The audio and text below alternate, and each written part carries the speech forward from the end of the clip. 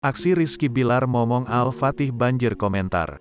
Momen aktor Rizky Bilar saat mengasuh Al-Fatih makin disorot. Kelucuan Baby L sendiri hingga kini masih banyak dicari warganet. Bahkan Rizky Bilar yang kini sering mengasuh putranya menyebut Baby jago akting hingga beberkan momen manis bersama putranya.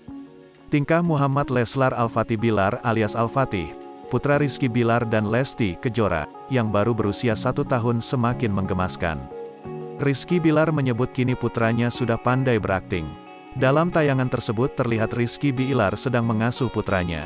Suami Lesti Kejora tersebut sempat takjub dengan aksi lucu putranya saat merespons pernyataannya.